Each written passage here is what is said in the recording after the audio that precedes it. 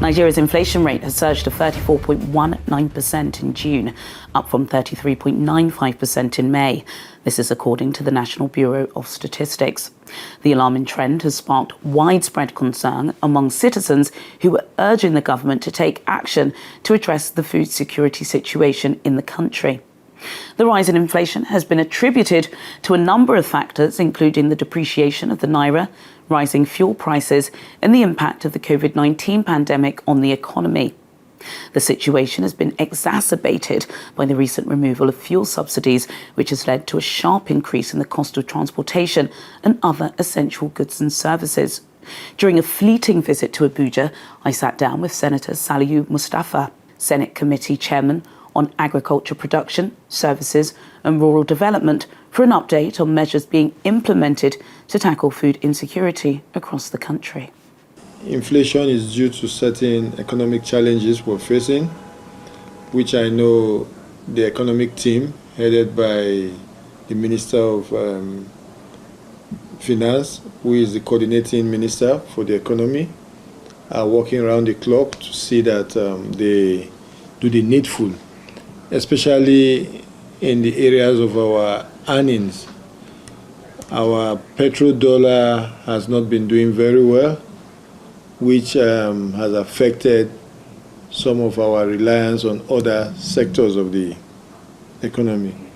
But I can assure you, with a view of insight on what I know the team are working around the clock to do, I believe with some of the new policies being introduced, especially bringing CBN on board too now, to see that they stabilize the naira to the dollar, I'm sure before the third quarter or the end of the third quarter, we should be seeing some significant improvement.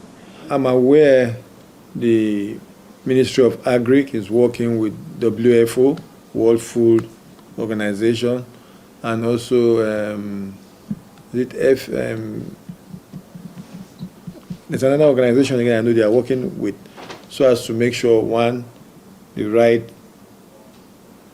and the quality nutrition is being served, especially to the school, the school bracket, or those within the school bracket, because the younger ones must have proper nutrition so as to be able to grow. And if you have a generation that stunted growth, then it's as good as you have a failed nation. Then there's some other aspect that we don't look at, preservation. I know the ministry has embarked on making sure farmers or farm produce are properly preserved so as to be able to meet up the market demands. It is also a problem and a challenge when people harvest, for instance, watermelon, tomato, and they are not able to preserve it for a week to take it to the next value chain. Then you see sudden inflation in prices.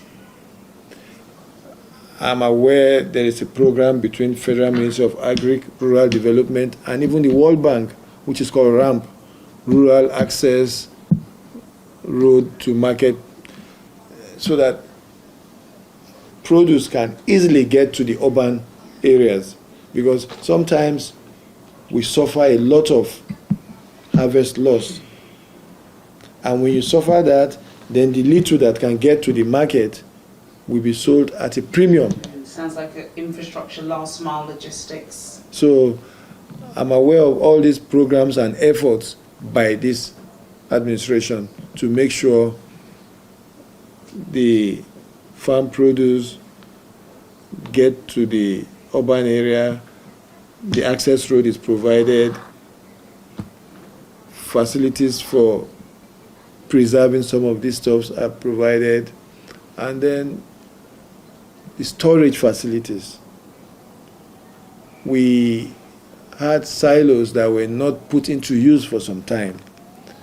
Our food reserve has not been 50%.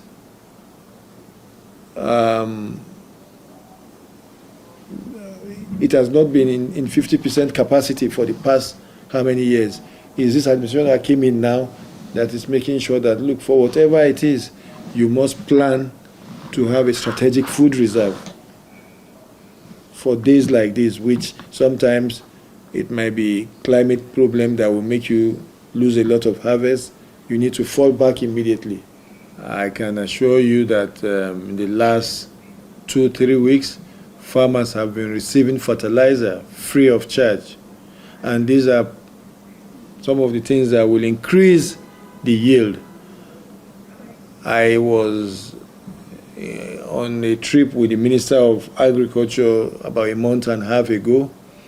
The presidency have also, in looking at mechanized farming, placed a direct purchase order for tractors.